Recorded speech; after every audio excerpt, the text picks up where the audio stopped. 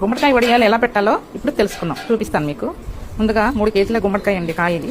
దీన్ని బాగా కడిగేసి రాత్రి నైట్ టైంలో బాగా కడిగేసి చిన్న చిన్న ముక్కలుగా తరుక్కోవాలి. ఈ విధంగా చిన్న చిన్న ముక్కలుగా తరుక్కొని నైట్ టైం కొంచెం పసుపు కొద్దిగా ఉప్పు కలిపి బాగా పిసికేసి పిండేసి ఇట్లా ఒక క్లాత్లో చుట్టి కాటన్ క్లాత్లో చుట్టేసి బాగా దగ్గరగా చుట్టేసి బరువులు పెట్టాలి. ఒక గిన్నెలో పెట్టి బరువు పెట్టాలి. పైన నీళ్ళన్నీ వదిలేశాక తెల్లవారుదాని పొద్దున్న లేచి చూస్తే ఇగో ఈ విధంగా వస్తాయి ముక్కలు.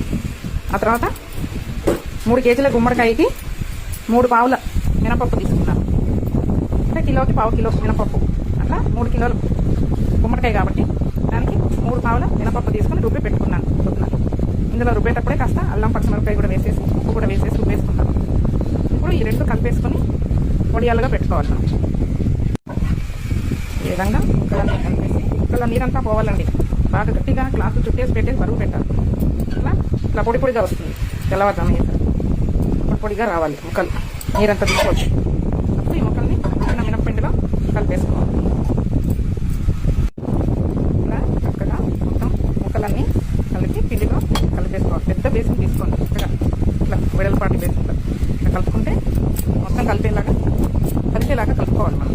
విధంగా కలిపిన తర్వాత ఇలా ఉంటుంది. ఇప్పుడు మనం చిన్న చిన్న ముద్దలుగా పెట్టుకుందాం వడియాలు. మనము చిన్న చిన్న ఉండలుగా చేసి గుమ్మడికాయ వడియాలు పెట్టుకోవాలి. ఓకేనా?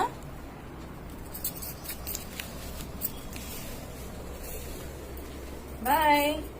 వేయించిన తర్వాత మళ్ళీ చూపిస్తాను మీకు ఇంకో వీడియోలో. దీని కంటిన్యూషన్ వస్తుంది.